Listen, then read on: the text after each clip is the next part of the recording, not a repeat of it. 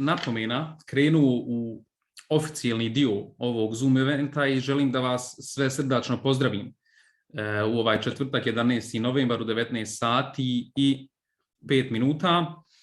Drago mi je da ste se odazvali u ovom broju na temu srpskog sveta Aleksandra Vučića. Ovo je prvo izdanje Pangea Research Instituta ili Istraživačkog instituta koji ima za cilj da obradi teme koje su relevantne za našu dijasporu, relevantne za našu državu BiH, državu porijekla, ali sve to ćemo u toku prezentacije dotaći se detaljnije. Ovu priliku bi iskoristio isto tako da vam predstavim i autora istraživanja, profesora doktora Admira Mula Osmanovića. Admire, izvoli sa par riječi sa tvoje strane. Hvala, znači da se sam predstavim. Znači Admir Mula Osmanović, Sarajeva, rođen davne 1973. godine. Od značajnih stvari, ja uvijek izdvajam na prvom mjestu dobrovoljac odbrambeno-slobodačkog rata, pripadnik 4. viteške brigade, teško ranjen u izvršenju borbenog zadatka, a nakon toga i suprug i otac 3 sina. U profesionalnom pogledu završio, diplomirao na Filozofskom fakultetu u Sarajevu, odsjek historija, magistrirao, doktorirao na Filozofskom fakultetu u Zagrebu, odsjek povijest, na savremenoj svjetskoj političkoj historiji. Dugo vremena radio na Institutu za historiju Univerziteta u Sarajevu, nekoliko godina na Internacionalnom univerzitetu u Sarajevu, poznatom IUS-u, određene administrativne pozicije pored predavanja također dolje obavljao. Trenutno na poziciji savjetnika zamjenika ministra za ljudska prava i izbjeglice u vijeću ministara i predavač na IUS-u kojeg sam spomenuo i na Fakultetu političkih nauka Univerziteta u Sarajevu na predmetima koji su vezani uže za ono što jesam kao istraživač radio, što jeste moja osnovna i temeljna vokacija, to je savremena svjetska politička historija, ali i međunarodni odnosi. I mislim da je dovoljno. Hvala, Admire. Mi ćemo, kao što sam rekao u prvom dijelu, predstaviti u kratkim crtama opšte stvari o Pangei mreži. Nakon toga prelazimo na keynote profesora doktora Mula Osmanovića na temu srpskog svijeta, gdje ćemo nekih 25 do 30 minuta obraditi ovu temu, istaći neke glavne zaključke i analize koje smo tu napravili, da bi na kraju još jednom otvorili mogućnost vama da postavite pitanje, da iz prve ruke čujete šta je to srpski svijet u kontekstu ovih i aktualnih političkih dešavanja. Tako da krećemo sa prezentacijom gdje mi uvijek volimo da istaknemo ovaj citat gdje kaže: nikada ne sumnjajte da mala grupa posvećenih ljudi može promijeniti svijet. U stvari to je jedini način na koji se svijet ikada promijenio. I ovaj citat veoma dobro opisuje način kako je Pangea mreža osnovana već davne 2014. godine, prije 7 godina, od jedne grupe studenata iz pokrajine Nordrhein-Westfalen, tačnije Univerzitet Duisburg-Essen, gdje smo mi kao studenti imali želju da kao ostale zajednice u tom području imaju svoju neku reprezentaciju, grupaciju, asocijaciju, nazovite kako želite, koja se bavi ovim temama. I to je preraslo u grupu od preko 200 članova. Startali smo kao mreža BiH studenata i akademika, gdje su nas ljudi smatrali samo studentima, jer pročitaju ovaj prvi dio naziva i onda ne dođu do akademika. Iz tog razloga se zovemo od 2019. godine Pangea mreža, Njemačko-bosansko-hercegovačka mreža za obrazovanje, ekonomiju i akademiju. Preko 80% ovih 200 članova iz njemačkog govornog područja su profesionalci, istina mlađi profesionalci, početkom 30-ih, sredinom 30-ih godina, ali imamo iskusnih članova koji su u nekim od najodgovornijih pozicijama u velikim korporacijama, tako da to otprilike opisuje Pangea mrežu. Ono na čemu mi radimo i gdje sebi uvijek postavljamo pitanje kada krećemo u novi projekat jeste da li ta ideja ili taj projekat pada pod ova 3 stuba naše vizije. Broj 1, da li s tom idejom i tim projektom umrežavamo BiH zajednicu na jedan novi način. Broj 2, da li ta ideja nas postavlja u poziciju glasnogovornika jedne nove generacije, 3., 4., ali i druge generacije u dijaspori. I treće pitanje, da li mi s tim projektom gradimo mostove na političkom, ekonomskom i kulturnom nivou između Njemačke i BiH. I ovaj projekat Istraživačkog instituta se može jasno kategorisati u ovaj 3. stup, graditelj mostova na političkom, ekonomskom i kulturnom nivou.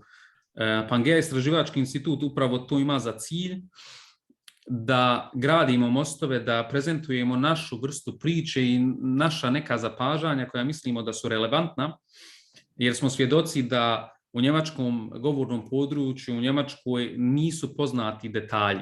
Sad trenutno imamo radi ove političke aktualne situacije, krize, par izvještaja, imamo medije koji pišu o tome, ali ne pišu o ovim, ajmo reći, pozadinskim stvarima i generacijskim stvarima koji smo svi svjedoci, ali za koji se treba određeno znanje i poznavanje materije. I upravo ovaj Istraživački institut treba da to donese vama, ali isto tako njemačkom društvu. I to je upravo na ovom slajdu sadržano. Broj 1, u to spadaju zvanična saopštenja za relevantne teme kada je riječ o Bosni i Hercegovini. Sigurno ste upratili, a ako ne, spomenut ću. Zadnje naše saopštenje se je bavilo najavom odlikovanja gospodina Grajfa, historičara, za zasluge njegovog istraživanja za holokaust. Međutim, taj isti Grajf je bio predsjednik ili predsjedavajući komisije koja je zaključila ili ustanovila u svom nekom završnom reportu, dokumentu, da nije bio genocid u Srebrenici i stavio se u red negatora genocida. I mi smo zajedno sa drugim organizacijama, Institutom za istraživanje genocida u Kanadi, recimo gospodin Ramić, poslali dopis gospodinu Steinmeieru, predsjedniku Savezne Republike Njemačke. I mi smo dobili nakon, mislim, u 9-10 sati otišlo to putem maila na njegov ured. Mi smo u 14 sati dobili direktan odgovor da je odlikovanje otkazano i da se vrši preispitivanje. Prije toga smo poslali početkom septembra saopštenje, jedan javni dopis gospodinu Christian Schmidtu, visokom predstavniku u Bosni i Hercegovini koji je iz Njemačke, i gospodinu Schäubleu, koji su na jednoj javnoj tribini, kada je bilo riječ o euroatlantskoj perspektivi Bosne i Hercegovine, pričali veoma čudnim jezikom, gdje je, na primjer, Schäuble rekao, citiram, nakon raspada BiH, Evropa će se naći pred problemom islamskog ostrva u srcu Evrope. I to je jednostavno jedan narativ, jedna slika koju smo svi mi čuli prije 30 godina, ili u mom slučaju čitali o tom narativu, pošto nisam lično bio svjedok tim događanjima, ali smo svi znamo da se je to dešavalo. I mi smo danas dobili odobrenje da postavimo njegov odgovor koji je on nama uputio, on lično napisao, mi ćemo ga objaviti u narednim danima i stavlja se na raspolaganje da s nama uđe u dijalog. Znači, ne da priča o nama, nego da priča sa nama o nama. I to je, ja mislim, jedan veliki korak koji smo ovdje napravili, kapacitete koji smo izgradili. Istraživački institut treba da to na još jedan veći nivo digne, jer jedno je reagovati i pisati zvanična saopštenja gdje imamo već određen feedback, pomake, respektovani smo u tim društvima gdje se to jednostavno cijeni, ali drugo je stvarati narativ, dublje analizirati i tu kvalitet na kraju krajeva odlučuje da budemo prepoznati kao relevantan izvor sutra za mišljenje, za kreiranje javnih politika, gdje smo se, na primjer, uključili direktno u pregovore za novu njemačku vladu, slali naš input prema zelenim, liberalima i socijaldemokratima, gdje su nam rekli, ok, hvala vam, prvi ste koji nam šalju ovaj input, mi ćemo ovo poslati našim ekspertima i stojimo na raspolaganju da dalje sa vama pričamo. Mislim da je to, kada pogledamo šire malo u Evropskoj uniji, pogledamo u Americi, u Australiji, dobar primjer djelovanja jedne organizacije koja je relativno mlada, relativno skromno financijski postavljena, ali su dometi i naši kapaciteti veoma izraženi u odnosu na budžet i financijski konstrukt koji imamo. Tako da, s ovim bi ja otprilike završio predstavljanje Pangea mreže, vizije, kratko o istraživačkom institutu i ovim putem želim da predam riječ profesoru Mula Osmanoviću, koji će nam u naredni pola sata ispričati detaljnije i pozadinu i srž i zaključak svega ovog što smo slušali. Tako da, izvolite. Hvala Ahmede još jednom i evo da kažem da mi je drago da ću se danas obratiti povodom objavljivanja ovog prvog policy papera u izdanju Pangeinovog istraživačkog instituta. Naime, ja ću možda neki kraći uvod samo napraviti da se razumije kako smo došli u kontakt i zbog čega je meni drago da smo došli u kontakt. Ta ideja je, dakle, o saradnji Bosansko-hercegovačke akademije, ljudi koji se bave društvenim i humanističkim naukama, sa ljudima, našim ljudima, ali ne samo našim, naravno, koji žive na njemačkom govornom području. Značajna je, bitna je i meni je bilo drago, dakle, kada se otvorilo to pitanje da budem neka kontakt osoba za Bosansko-hercegovačku akademiju, a eto nekako je ispalo da tema sa kojom otvaramo tu saradnju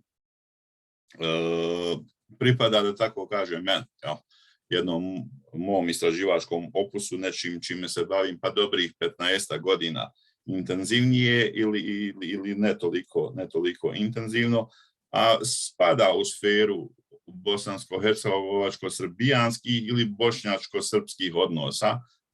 Možete to promatrati na obje razine.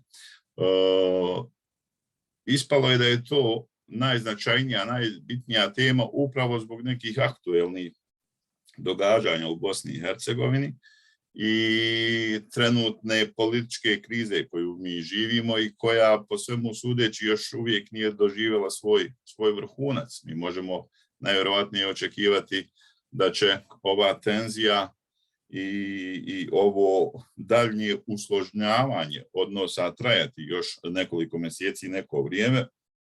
Svi ste pratili šta se događalo i zadnja 2-3 dana sa novim posjetama i mislim da rezultati tih posjeta međunarodnih zvaničnika, posebno američkog predstavnika gospodina Escobara, svjedoče na određeni način ovome što sam ja kazao.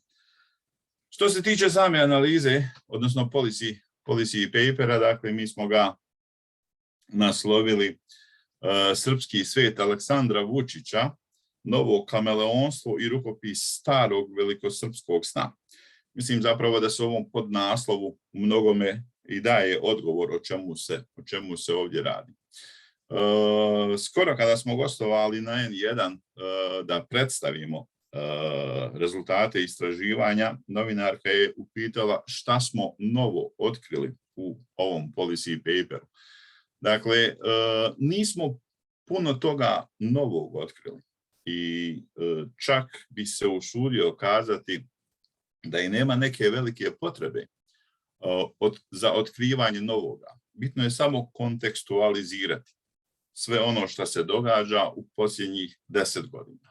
I to je otprilike jedan okvir unutar kojeg sam se ja kretao, dakle 2011. godina, smjena vlasti u Srbiji, kada umjesto Demokratske stranke na čelo države dolazi koalicija koju predvodi Srpska progresivna napredna stranka, kojom će vrlo brzo početi da ovladava u potpunosti Aleksandar Vučić. Poređenje koje ćete naći u toj analizi između Slobodana Miloševića, njegovog uspona, načina na koji je on uspio da se etablira kao neprikosnoveni vođa i onoga što se događa u etabliranju Aleksandra Vučića kao neprikosnovenog vođe, ćete naći na neki način u obrisima u ovoj analizi i pokazuje zapravo zašto to jeste novo kameleonstvo starog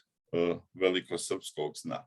Dakle, ciljevi se nisu promijenili, ali se promijenila taktika, promijenio se način na koji sada veliko srpstvo djeluje u ovom desetljeću.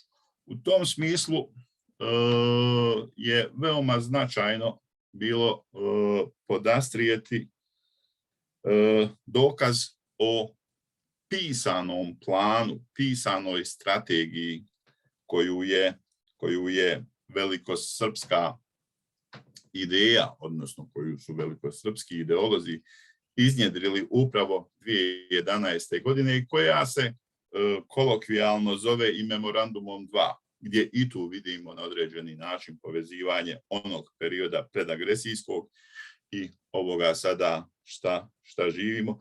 Dakle, strategije koja je obuhvatila u svom promišljanju cjelokupni srpski korpus, dakle cross border jedan pristup koji je jednostavno za cilj imao šmirglanje, da ovako grubo kažem, pozicije Srbije i Srba u regionu. Na način da sve ono što je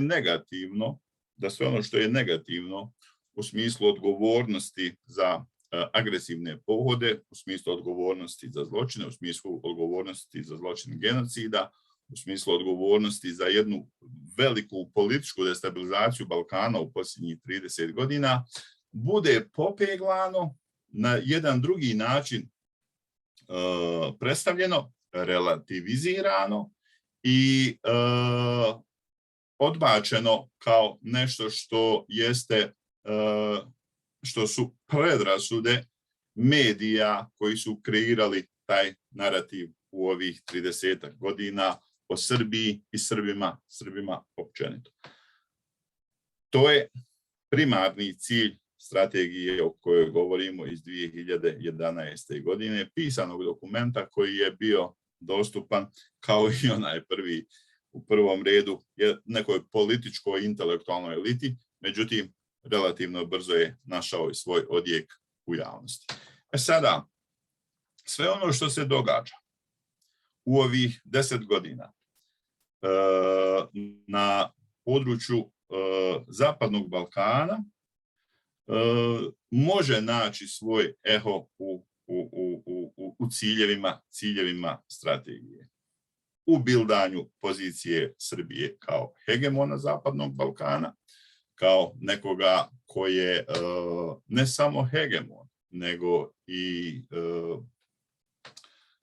država garant stabilnosti, država garant prosperiteta i tako dalje i tako dalje.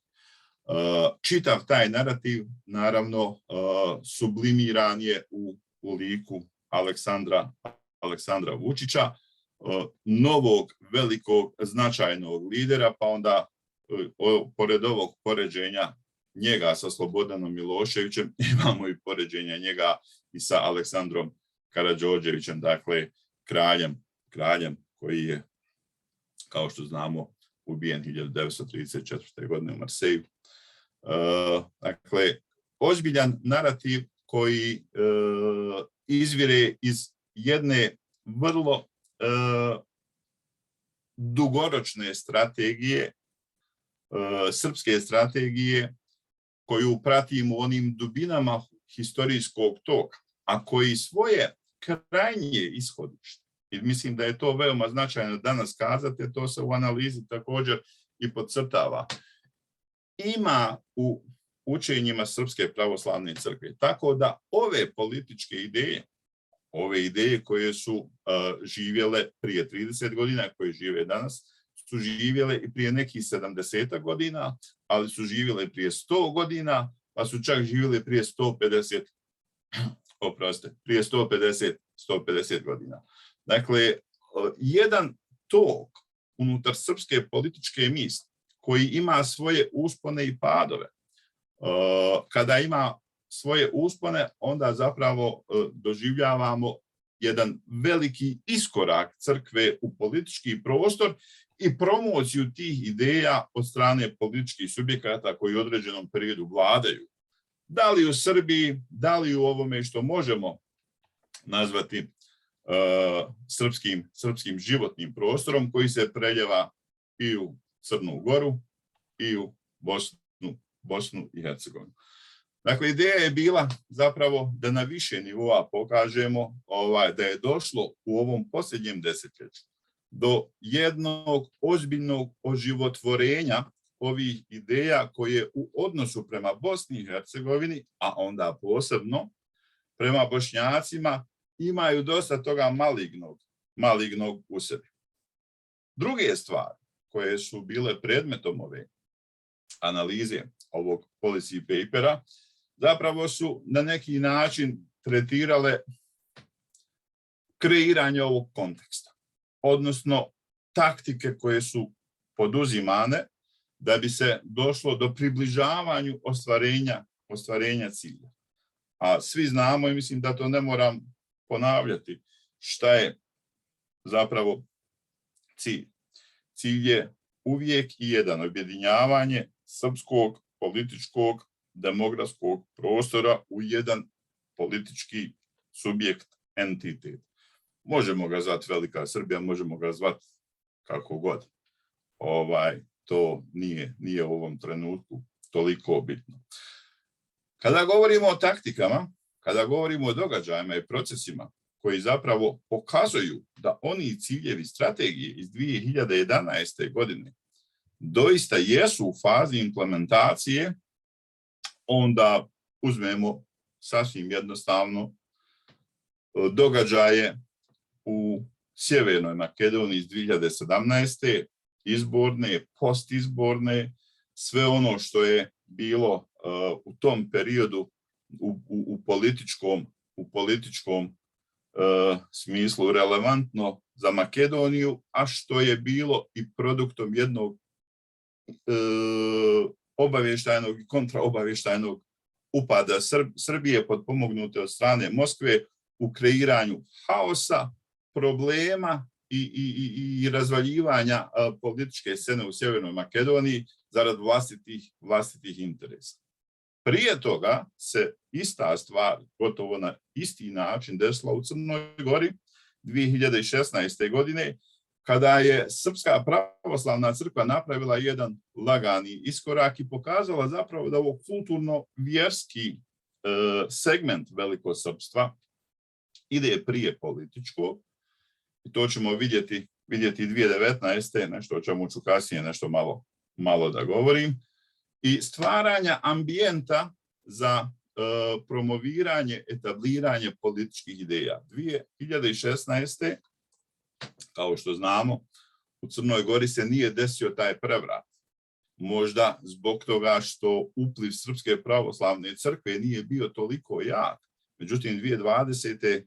se taj prevrat desio i upravo se desio na onim političkim postavkama i jednom kulturološkom objašnjenju razloga koje su davali Atanasije, Amfilohije, Irinije i mnogi drugi crkveni velikodostojnici. Nemojmo zaboraviti kada govorimo o Atanasiju i Amfilohiju da se radi o šovinistima, odnosno da se radilo o šovinistima par excellence, koji su upravo taj velikosrpski koncept i ono šta su zagovarali pokazali dobrano u periodu od 1992. do 1995. u Bosni i Hercegovini, ali i ono što su pokazali u slamanju Crne Gore kao nezavisne i samostalne države. Naravno, Crna Gora trenutno nije slomljena kao nezavisna i samostalna država.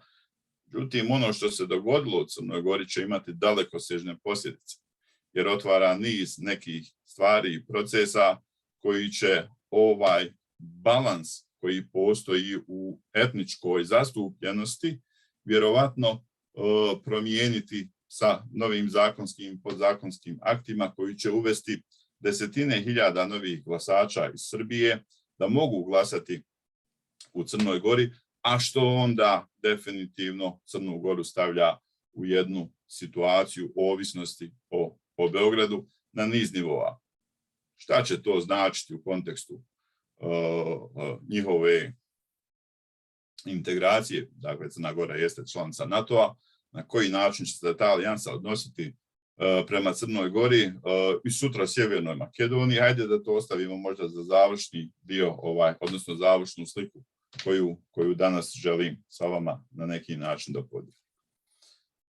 U čitavoj ovoj želji rebrandiranja pozicije Srbije mi imamo i nešto što se zove priča o regionalnoj integraciji. Europska inicijativa je išla kroz berlinski proces, međutim, sjetit ćete se da je ovdje upravo Beograd lansirao ideju mini Schengena, odnosno onoga što će se kasnije nazvati otvoreni Balkan, gdje je za divno čudo podrška dominantna i evo neki dan, ako ne jučer, je bio sastanak tim povodom, dolazila iz Tirane i iz Beograda, dijelom Skoplja, a opoziciju jednim takvim idejama zbog neriješenih političkih pitanja i zbog prepoznavanja onoga šta ta integracija zapravo može da donese, dolazila je iz Sarajeva, Podgorice i iz Prištine. Upravo sa ovim regionalnim narativom koji govori o ekonomskim kretanjima, razmjeni dobara, ljudi, studenata, je li tako dominantno, zapravo u jednom podtekstu ide narativ o srpskom svijetu, ali evo ja koristim ekavicu i sam naslov teksta je koristio ekavicu. I vrlo zanimljivo, taj narativ uopće ne tretira onaj koji ga provodi u potpunosti, nego je on na nivou njegovog glasnogovornika i čak nekoga ko dolazi iz druge političke opcije, Aleksandra Vulina, bivšeg ministra odbrane, a današnjeg ministra unutrašnjih poslova. Ta sublimirana poruka o srpskom svetu zapravo jeste ono što sam malo prije govorio, dolazak jedne kulturne pa čak i humanitarne matrice kao prethodnice političkom ujedinjenju, gdje se kaže srpski svet, a imamo takve primjere kad govorimo o Rusiji i ruskom konceptu ruskog sveta, o turskog sveta, dakle nečemu što nije inovacija srpske misli, ali jeste u službi političkog ujedinjavanja ili pokušaja ujedinjavanja Srba u ovom prostoru. Dakle, na kulturnim osnovama povezivanje koje govori, i sad dolazimo do ove strategije iz 2019. godine, o nacionalnoj bezbjednosti, a koja je opet prethodila povelja o srpskom kulturnom prostoru. Dosta zanimljivo. Dakle, nekih, čini mi se, 10 mjeseci razlike, početkom 2019. godine, povelja o srpskom kulturnom prostoru, a u decembru 2019. i vjerujem da se toga svi dosta dobro sjećamo, kada upravo Aleksandar Vulin govori da briga srpske vojske o srpskom narodu bilo gdje da on živi jeste nešto što je normalno i što je ugrađeno u ovu strategiju. Sredinom te godine ista osoba koju evo spominjemo kao glasnogovornika srpskog sveta, ali zapravo onoga koji pokušava taj teret da skine sa glavnog izvršitelja čitave priče Aleksandra Vučića na proslavi u Banja Luci u maju 2019. Dakle, kada je uspostavljena takozvana vojska Republike Srpske 22. maj, kada su na skupštini kazani ciljevi, 6 strateških ciljeva srpskog naroda u Bosni i Hercegovini, na što je glavnokomandujući ratni zločinac već tada rekao, pa ako želi to da ostvarite, onda je to gospodo genocid, da nikomu nije odgovorio, dakle Ratko Mladić. Vulin je zapravo tada kazao da ako danas RS, entitet bosansko-hercegovački, nema svoju vojsku, vojsku ima srpski narod, računajući da pošalje i šaljući zapravo tu poruku da vojska Republike Srbije ima osnovu da štiti Srbe u regionu. Naravno da nema, jer se radi o uplitanju u stvari drugih država. Ako bi se na taj način ponašala jedna Mađarska, ako bi se na taj način ponašala Hrvatska ili bilo koja druga država u regionu gdje imaju manjine ili konstituente, odnosno konstitutivne narode, kao u slučaju Bosne i Hercegovine, onda imate jednu totalnu katastrofu. Ali pokazuje zapravo kako je taj koncept srpskog sveta na neki način branjen, promoviran u početku i u prvom redu na kulturnom, humanitarnom nivou, a onda dolazi ovaj politički, onda dolazi ovaj sigurnosni i zapravo pokazuje njegove stvarne ciljeve. Sjetit ćete se da je jedna od najnovijih stvari u tom smislu koja je promovirana Dan srpskog jedinstva, opet čini mi se 15. decembar. Dakle, radi se o jednom narativu i o jednoj strategiji koja ima vrlo jasne svoje postavke iz 2011. i vrlo jasne pokazatelje provođenja te strategije. Kroz niz usvojenih dokumenata, kroz niz akcija koje su učinjene, koje su urađene u ovih desetak godina. Ja se sad malo izvinjavam, moram malo vode dozvati.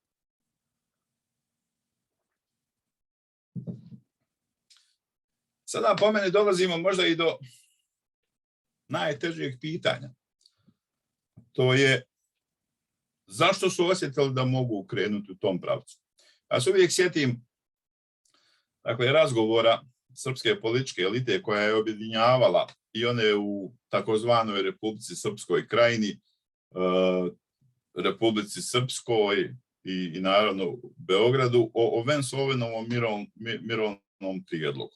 To je tamo neki januar, februar 93. godine. Skoro sam i na Facebooku zapravo taj jedan isječak ubacio da podsjetim ljude. Kada se razgovaralo šta i kako, da li da se prihvati taj prijedlog, da li da se ne prihvati, imali smo vrlo različite stavove. Tada je ministar vanjskih poslova Srbije, Vladislav Jovanović, skoro je čovjek gostovao na jednom naših medija, TV kuća ovdje u Sarajevu, kazao da treba istrajati na Karadžićevoj ideji koja će dati etnički ekskluzivitet, odnosno etnički ekskluzivnu teritoriju, pa makar za 50 godina došli do onog cilja, a to je ujedinjenje tog prostora sa Srbijom. Dakle, januar, februar 93. godine, pa makar za 50 godina. Prošlo je 30-ak. Jel se radi o tome? Da li je ovo zapravo sve priprema za taj novi pokušaj, pa možda i posljednji pokušaj pred kojim stoji velikosrpska ideja? Ja mislim da se o tome upravo radi. Zašto su krenuli ovih 10 godina? Zato što, nažalost, veoma dobro promišljaju svjetske globalne tokove i zato što su uvidjeli da mogu na svoju stranu dobiti svjetske sile koje ne samo da su tradicionalno naslonjene prema Beogradu, nego čak i one koje nemaju tu vrstu tradicionalnih odnosa. Vi znate da je Srbija, dakle, sa Rusijom u izuzetno dobrim odnosima, da gaji te odnose na različitim nivoima, na sigurnosnom nivou u zadnjih nekoliko godina kroz ovo što je Ministarstvo odbrane, odnosno vojska Srbije učinila u ekipiranju svojih jedinica. Rusija je dala izuzetno veliki doprinos. Tradicionalno dobar odnos koji je postojao sa Pekingom i dalje produbljivan, tako da danas mi vidimo kako Peking u ovom dijelu svijeta zbog jednim dijelom svojih trgovinskih puteva novih koje otvara, posebno ovoga pomorskog puta 21. Silk and Road, Maritime 21st Century Road, sad ne znam, eto, prevešćemo to nekako. Vide Srbiju opet kao ono što ona jeste za mnoge, kao vrata ka srednjoj i zapadnoj Europi, ukoliko se na Pireju izgradi ova luka koju kineska država želi da izgradi. U tom smislu je veoma značajna. Dakle, imamo dva izuzetno jaka faktora koji na neki način rastu do onih razmjera, posebno kada govorimo o Kini, preuzimanja svjetskog liderstva i najznačajnije globalne sile. Dakle, tu su Srbi, evo da kažem, bili ekstremno mudri, pametni i svoj plan, ovaj o kojem mi sada govorimo, su uspjeli da ugrade u koncept izrastanja euroazijskog poretka, za koji se nadaju da će biti vrlo brzo i operativan. U tom izrastanju euroazijskog poretka, kako ga je definirao Aleksandar Dugin, jedan od značajnijih teoretičara tog uspona i čovjek koji ima svoj značaj i utjecaj mnogo šire nego što je to samo Moskva, Srbija ili čak i Ankara, gdje je veoma čest predavač kao autor 4. političke teorije, koji govori o ovome, uključuje i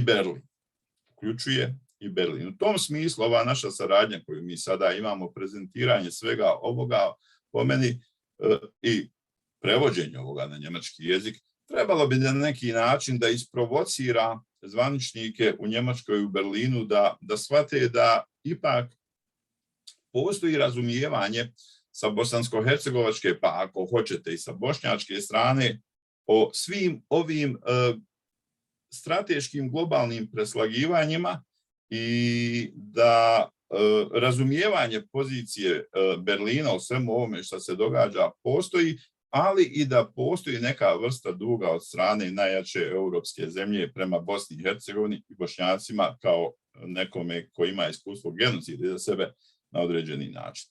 Dakle, mi ne možemo, evo sada malo idem šire od onoga što je analiza ponudila, mi ne možemo na neki način optuživati Berlin zato što će ipak imati neku vrstu dobrog odnosa sa Moskvom i sa Pekingom.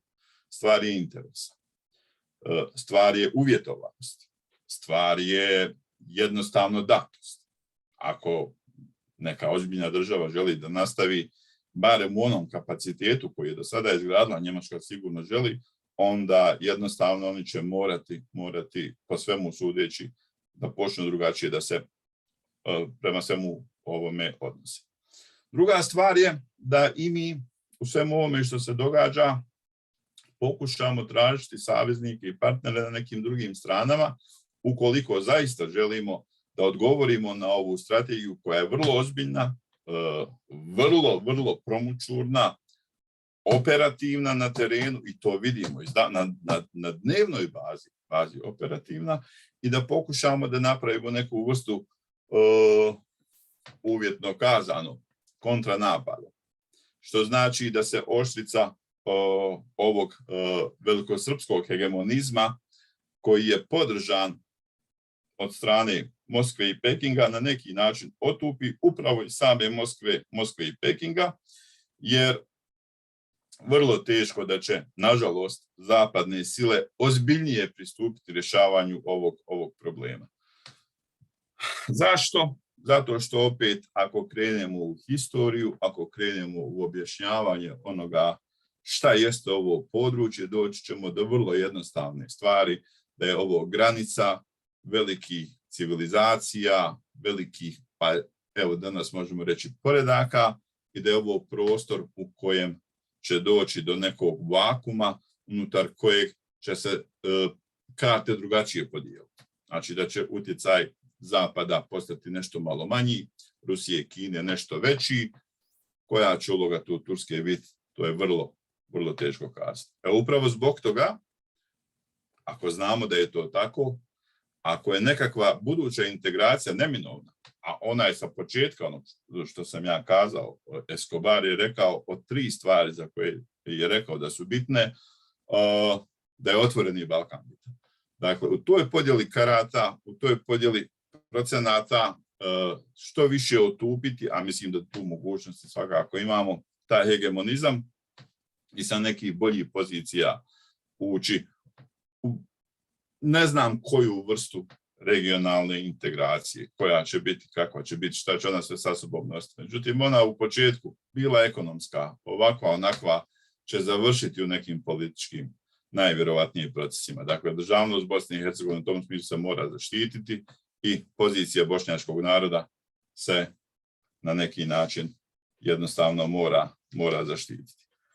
Dakle, mi počesto, ja lično, eksponente srpskog sveta, odnosno velikosrpskog sna, odnosno želje za dominacijom na ovom prostoru, napadamo sa različitih pozicija. Posebno Vulna, kojeg sam, čini mi se, danas najviše spominjao. Međutim, moramo shvatiti jednu osnovnu stvar, da su to ne kreatori, nego oni koji provode politike. I u tom smislu ih trebamo ozbiljno shvatiti. Kao kreatore ne, vjerovatno nemaju taj kapacitet, ali kao oni koji provode politike moraju biti vrlo ozbiljno shvaćeni i njihovi potezi trebaju biti razmatrani. U ovoj analizi je pokazano kako je zapravo taj narativ srpskog sveta sinkronizirano išao sa mini Schengenom, otvorenim Balkanom, i kako je on doprinosio izgradnji jedne opće svijesti da je nemoguće bilo šta ovdje uraditi, a da se Srbi prevashodno ne pitaju o svim društveno-političkim procesima u regiji Zapadnog Balkana. Evo, ja mislim da smo došli na tih 30 minuta. Ja sam pokušao zaista kroz 3 te nekakve slike da sažmem ono što se događa u Bosni i Hercegovini, šta se događa u regiji i šta je zapravo jedan globalni kontekst koji je, opet ponavljam, i mislim da trebamo toga biti duboko svjesni, dobro prepoznato od strane srpske političke elite, intelektualne elite, i da ovo sada što se događa bez tog konteksta, bez tog razumijevanja ne bi se događalo. Što će reći da mi u prvom redu na tom nivou trebamo početi razmatrati ozbiljno naše djelovanje na sve strane, samo da znamo jednu vrlo prostu činjenicu. Američka baza Bagram u Afganistanu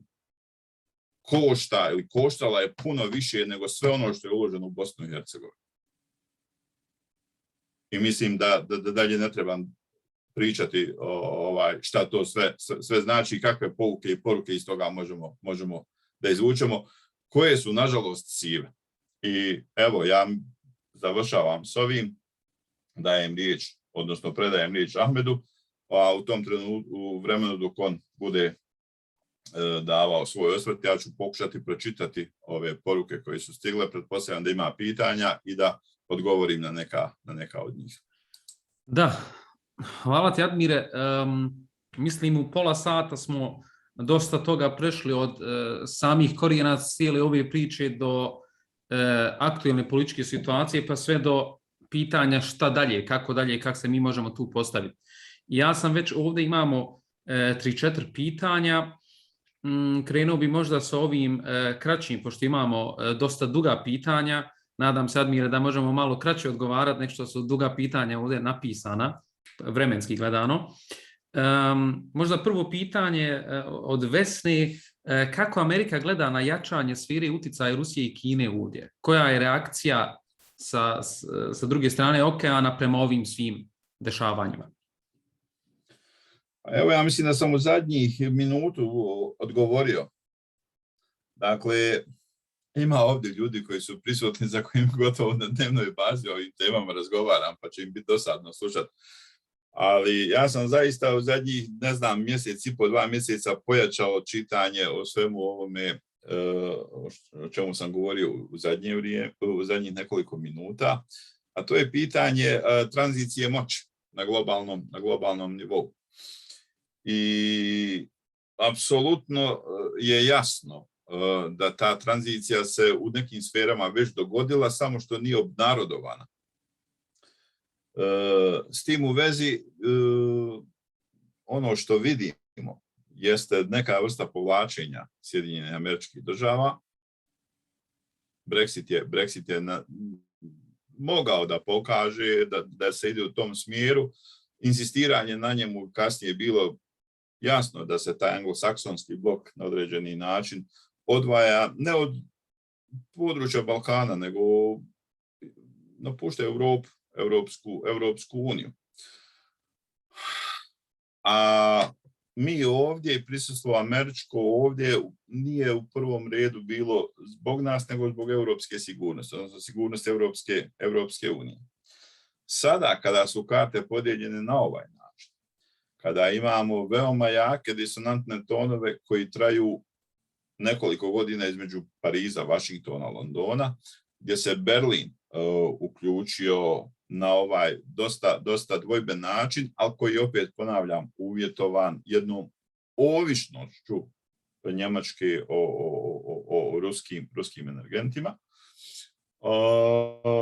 Sjedinjene Američke Države teško da se mogu uključiti na neki ozbiljniji način u kreiranju nekog sigurnosnog prostora, pojasa, i teško da možemo očekivati neku presudnu ulogu Sjedinjenih Američkih Država. Pokazano je i svim ovim što se događa u zadnje vrijeme, ovim izaslanicima. Dakle, ostalo nam je još Derek Chollet, koji je bio u Daytonu, pa je čovjek i napisao tu knjigu Tajna povijest Daytona. Ali čisto sumnjam da mi išta drugo od njega možemo čuti od onoga što smo čuli od Palmera i Escobara. Kao stakeholderi, evo na ovaj način da kažem, ovdje na ovom prostoru procenti Sjedinjenih Američkih Država su pali. Šta ćemo mi sa tim sada uraditi? Evo, nek ostane svima nama da razmišljamo. Mislim da moramo vrlo brzo da radimo, vrlo brzo da reagiramo.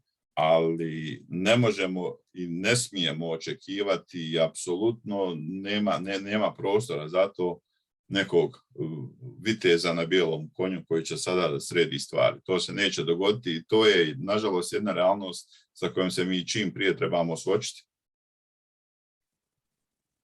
Hvala na odgovoru. Idemo dalje. Kombinacija različitih pitanja. Azim Čaušević je postavio to pitanje i druge osobe.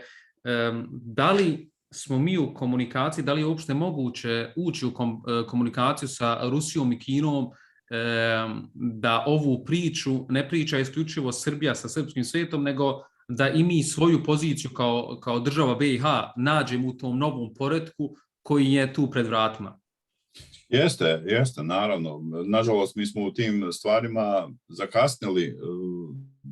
Dugi niz godina smo nonšalantno gledali na to sve. Nismo jedini. Na kraju Amerika je nonšalantno gledala na ono što se događa kad govorimo o rastu Kine. Neki dan sam pročitao jedan izvještaj, odnosno u knjizi, kada su 2014. napravili usporedbu ekonomskih kretanja i kada su vidjeli, dakle, prema relevantnim svjetskim i američkim izvorima, zapravo da je već 2014. Kina tu došla u poziciju u kojoj jeste Amerika. Svi su ostali u čudu, pa kako? kako se to desilo. Tako da nekako naše kašnjenje je tu i logično, hajde da kažemo. Ali čini mi se zbog naše vanjsko-političke strategije, posebno sad, evo da kažemo, jednog bošnjačkog odnosa prema svemu tome, gdje smo sve uložili na euroatlantske integracije, što je logično, što evo nećemo kuditi, jednostavno je to tako bilo i djelovalo nam je da taj put koji treba da idemo donosi velike koristi kako državi, tako i narodu. Polako se pokazuje da možda nismo ipak trebali biti toliko isključivi. Naravno, lako je biti general nakon bitke, odnosno danas kada uočavamo da su stvari dosta komplikovane i dosta teške, ali je te kanale koji su postojali trebalo držati na neki način dosta živim. Oni danas postoje, ali se sad treba ozbiljno poraditi da se oni stave na neki način u funkciju održanja države, a Boga mi i nas ovdje na ovom prostoru. Ne mora to biti neka pogubna, negativna stvar. Ne radi se naravno o tome. Čak ukoliko budemo proaktivni i mudri u svemu tome, vjerujem da ima više nekih uporišnih tačaka sa koji se može djelovati direktno, ali i indirektno prema nekim politikama koje će se ovdje etablirati sa pozicije velikih sila i velikih moćnih centara. Samo treba početi razmišljati ipak u ovom jednom širem okviru i razumijevati da stvari se mijenjaju i da u toj promjeni jednostavno moramo naći svoju poziciju. Hvala. Nijaza Mešić i Damir Softić spominju oboje akademsku zajednicu BiH. Da li mi kao država, kao akademska zajednica koja je prisutna, imamo kapacitet i imamo elemente u rukama da na tragu ovog što smo mi radili u istraživačkom institutu, okrenuto prema Njemačkoj, da te kapacitete koncentrišemo i da usmjerimo na protutezu, na svoj narativ ove cijele priče ili otkrivanja pravog lica srpskog svijeta, jer je on dosta toga sakrio iza nekog lijepog regionalnog paravana i zato smo i nazvali novo kameleonstvo. Možda na tu temu kapacitete naše akademske zajednice i na koji način ih koncentrisati. Sazrijeva, međutim, ne znam, uspavanost je nekakva bila. Ja imam čak neku vrstu razočarenja, jer prije 15 godina kada sam o nekim stvarima pisao i govorio, bio sam nekako bošnjački nacionalista i neko ko opet priča neke stvari koje se ne trebaju pričati. Tad je bilo moderno, nešto mir, niko nije kriv, zajedništvo, tranzicijska pravda, pomirenje, ovako, onako. I u tim takvim procesima nekako se gubilo iz vida to da treba biti dosta oprezan, da se mora biti dosta oprezan, da ono što je dobro i kao ideja poraženo, nije u potpunosti poraženo, da ono može da iskoči. Pa na kraju Zoran Đinđić nam je trebao biti neka vrsta opomene. Kada je čovjek svoj odnos ipak promijenio, bez obzira na neke stvari koje on ranije govorio, pričao, on je promijenio svoj odnos i gurnuo Srbiju u jednom smjeru koji je bio iz perspektive Bosne i Hercegovine dobar.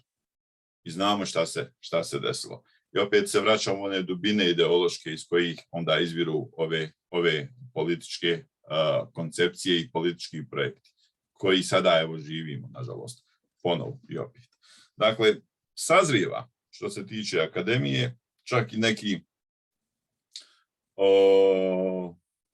univerzitetski profesori od kojih se ne bi očekivalo da pričaju na sličan način kako ja pričam, zadnjih mjeseci to govore, jel?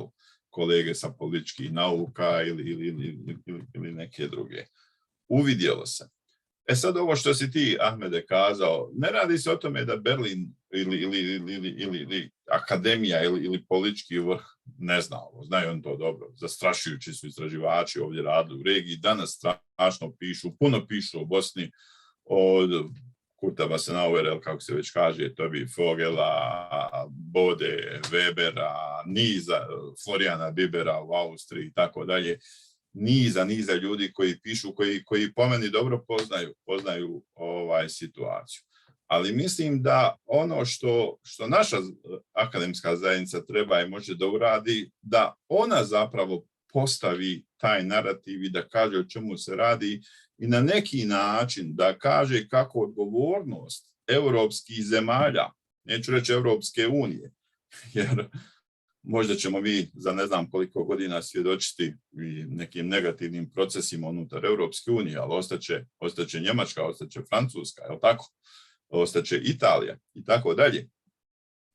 Da njihova odgovornost jeste bitna, jeste velika, jeste značajna i da ne bi smjeli ponoviti iste greške koje su pokazali 92. godine u svom odnosu prema nečemu što ipak jeste šovinizam ka tendenciji fašizma kada govorimo o velikosrpskoj ideologiji. U ideji govori, u implementaciji ideje, sasvim je jasno da je to fašizam par excellence. Nažalost, osvjedočili smo se tim metodama od 92. do 95. godine, ali i ranije, jel tako, u svim onim udarima i naletima na, evo, Bošnjake posebno.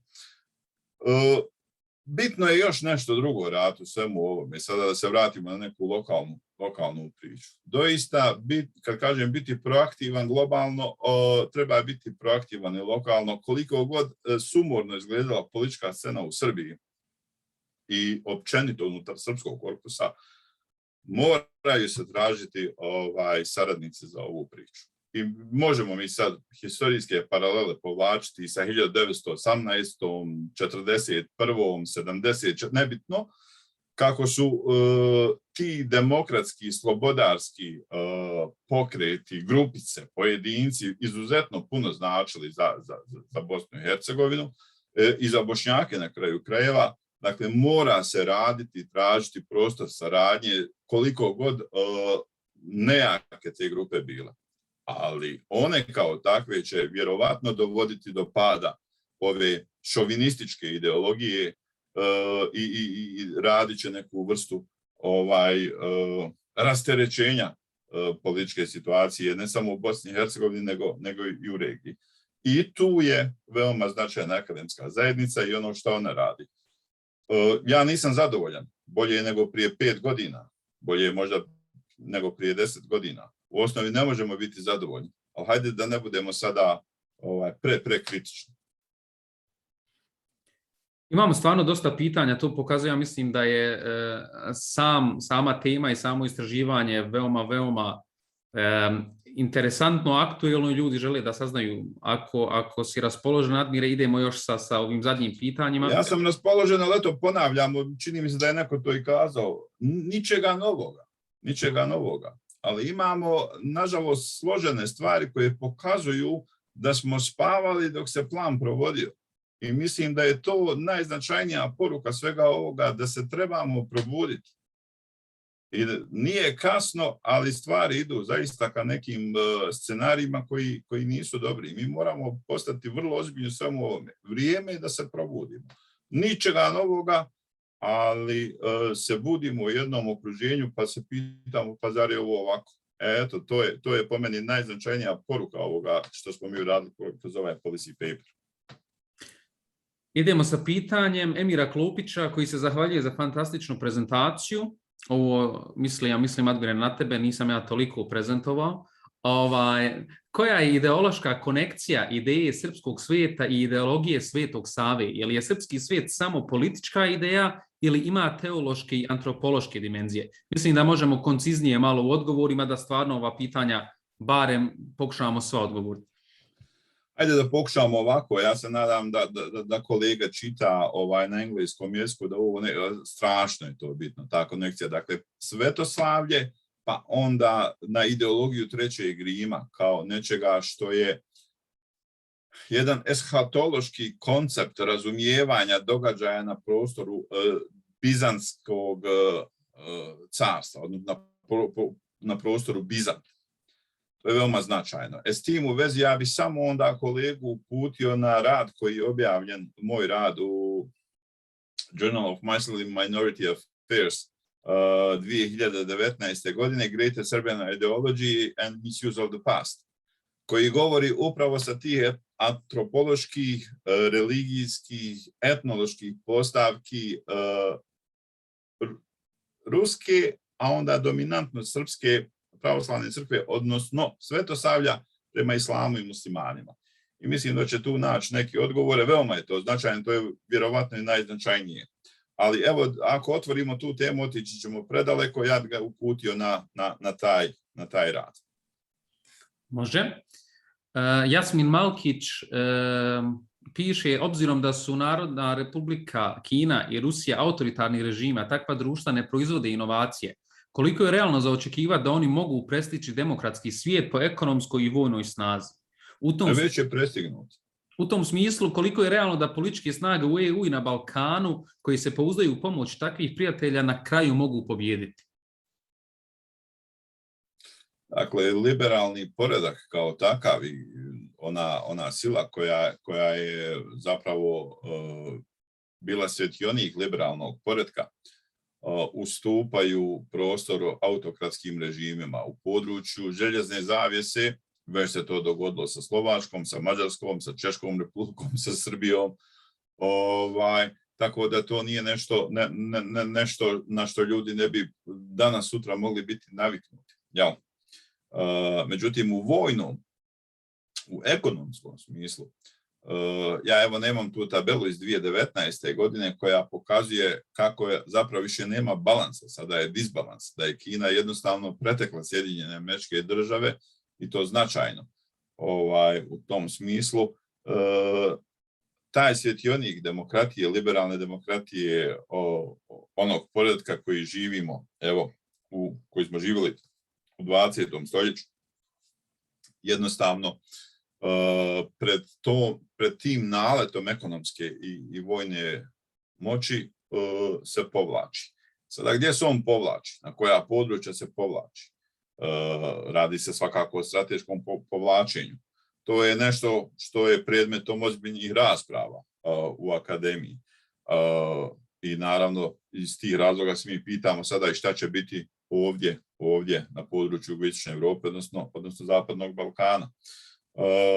Možda je i sreća, pa onda nam to daje neku vrstu mogućnosti da mi jesmo, kao što sam u uvodu kazao, na razmeđu. I da jesmo neki filter, neka membrana koja propušta, ovo šire naše područje. I da u svemu tome što se događa, ukoliko budemo mudri, pametni, možda i Peking i Moskva mogu shvatiti da onaj hegemonizam koji želi da se uspostavi ovdje, taj srpski hegemonizam, nije nešto što i njima odgovara u svemu ovome šta sada živimo. Dakle, ovo su malo nategnuta razmišljanja, ali vjerujem da imaju svoje osnove. Na kraju ja ih temeljim doista na čitanju ozbiljnih studija o svemu tome. Dakle, srpski hegemonizam i oni odnosi koji se iz te perspektive žele uspostaviti ovdje mogu, a vjerovatno i hoće ugroziti neke od interesa Moskve i Pekinga. I tu je na neki način naš prostor u koji trebamo definitivno vrlo hrabro i vrlo brzo da uđemo. Možda da završimo... Nisam odgovorio. Poredci, dakle, budu i prođu, znate. Za, 20 godina mnoga područja će možda negativno govoriti o toj demokratiji, jer iz perspektive ovoga i onoga će govoriti kako je bilo negativno, a iz perspektive jakog vladara koji je donio ne znam kako blagostanje, će govoriti kako je to zapravo oduvijek bilo potrebno. Ljudska psiha je vrlo u tom smislu podložna oblikovanju, ideologizaciji. Mi smo bili, jel tako, u socijalizmu 40 i nešto godina, nam je super i dan danas o tome govorimo da je bilo super. Prije toga smo bili u jednom drugom sistemu, sada smo u trećem. Ljudi reagiraju vrlo vođeno reagiraju, barem kad govorimo o masama. Ok, idemo na zadnje pitanje koje su nevezane za srpski svijet, ali mislim da i možemo ukratko samo odgovoriti. Postavlja Mirza Čardaklija na temu političke strategije u kontekstu 3 događaja ili 3 tačke. Prvo, azerbajdžansko-armenski rat, uloga Turske i Rusije u tom konfliktu i što se tiče našeg područja, autoput Beograd-Sarajevo, poveznica Rusije i Turske u nekim većim stvarima. Znam, nevezano je za srpski svijet, ali ako imaš tu rečenicu 2. Dakle, mislim da u svemu ovome što smo pričali, ja se nisam baš previše Turske doticao i onoga u kom smjeru je ona krenula, a mislim da na neki način objašnjava ono što se odigralo u Azerbejdžanu. Ovo ovdje na Balkanu nemam dovoljno pokazatelja da bi mogao iznositi sada neka aman zapažanja. Ali po meni, i mislim da je čak i to vidljivo, da je i sama Turska svoje vanjsko-političke prioritete na neki način ozbiljno redefinirala. Dakle, od onih Davutolovih postavki sada je došlo do okretanja turskom svijetu, turkijskim narodima koji su pretežno ili dominantno u Srednjoj Aziji, i onom svom prvom području u kojem mogu imati veliki utjecaj. Što će kazati da i same aspiracije ka Europskoj uniji u Turskoj više nemaju nekog ozbiljnog prijema i da tursko učešće u NATO savezu vrlo brzo dolazi pod znak pitanja. To okretanje, strateško okretanje Turske ka Srednjoj Aziji zapravo jeste na neki način i okretanje ka euroazijskom poretku. I s tim u vezi onda treba razmatrati i gledati sve što se događa na relaciji Moskva-Ankara i šire, naravno, Moskva-Peking. Ali ne samo to, mi svjedočimo i nekim, pa rekao bi, vrlo čudnim obratima na Bliskom istoku, posebno u kontekstu Saudijske Arabije. Meni nisu čudni, naravno, ali su iznenađujući ljudima koji počinju sad polako da to sagledavaju iz ove jedne nove perspektive. Tako da Azerbejdžan po meni jeste odustajanje Rusije u potpunosti od tog prostora Nagornog Karabaha i prepuštanja Ankari tog područja, a ovo povezivanje autoput Beograd-Sarajevo zapravo može biti također u tom smislu tretirano da napravi neku vrstu olakšanja za Bosnu i Hercegovinu i posebno za Bošnjake. Ali ne insistiram na ovome, ne kažem da je to jedna strategija udobrovoljavanja Beogradu, ali meni tako izgleda od strane Turske. Hvala, Admire, i s tim bi zaključio ovaj dio. Duže je trajalo nek što smo bili inače planirali ovaj Q&A, ali mislim da je jednako važno bilo da dadnemo ljudima u ovom kolu priliku da formulišu svoja pitanja i da dobiju, ja mislim, veoma konkretne odgovore koji inače se ne mogu pročitati na portalima, u novinama, nego je puno vrijednija informacija. Ja ću sam... Da. Reci. Pa ništa, hvala tebi, evo drago mi je da smo počeli ovu saradnju, nadam se svaki naredni policy paper da će biti bolji i zanimljiviji i da će komunikacija koju mi ostvarimo zapravo dati pozitivne rezultate za državu i za narod i da ćemo i mi na taj način ostvariti neke od svojih ciljeva. Mislim da je to bitno, da je to značajno i da će ovo što radimo sa njemačkim govornim područjem obuhvatiti u nekom narednom periodu i frankofonsko i englesko govorno područje, jer smatram da nam je značajno da to otvaramo. Hvala još jednom svima koji su bili prisutni na ovom događaju.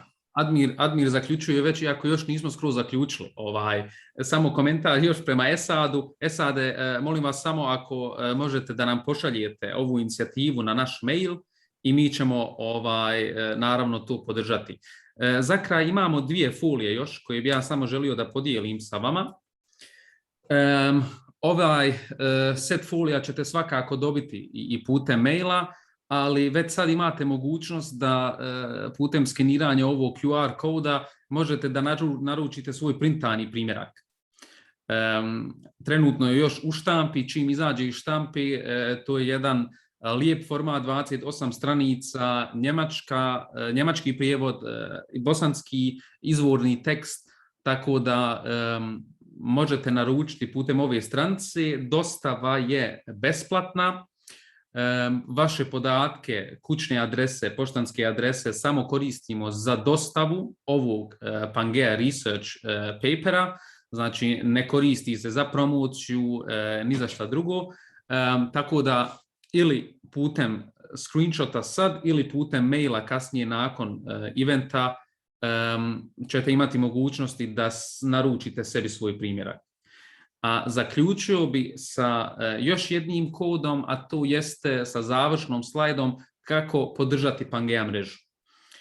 Ovo je jedan iskorak koji smo mi napravili u smislu samog projekta. Znači, Istraživački institut, cilj je kvartalno izdavanje ovih policy papera, ne samo na političke teme, isto tako na ekonomske teme, na društvene teme. Primjer teme je dvojno državljanstvo. Koje perspektive možemo tu otvoriti, na koji način mi možemo osigurati našim građanima ili građanima Njemačke koji su željni da imaju dvojno državljanstvo, da imaju tu mogućnost, koji su prepreke i za šta nas tu danas koči. Sve to iziskuje određene materijalne, ljudske i sve druge troškove. I ono što želim na kraju da podstaknem sve nas i sve vas, jeste da na ovoj stranici imate razne opcije kako da podržite rad mreže. Mi ozbiljno planiramo i za 2022. godinu, imamo već spremne teme, imamo spremne događaje, susrete, dosta toga je u planu, ali ti planovi se moraju i nečim ostvariti. I tako da ako vam ovo se ne kažem sviđa, nego ako imate korist i od ovog i ako smatrate da je bitno za vas kao pojedince, ali još bitnije za naš kolektiv, koji smo u Njemačkoj 300.000 ljudi, u njemačkom govornom području 500.000 ljudi, moje je da kažem, da napomenem da ima mogućnosti da se ovo sve podrži, vi se pronađete na koji način vi direktno to želite. Ja bi s tim zaključio, još jednom se zahvalio prije svega Admiru na izuzetnoj saradnji tokom pisanja papera, nakon pisanja policy papera i pogotovo danas.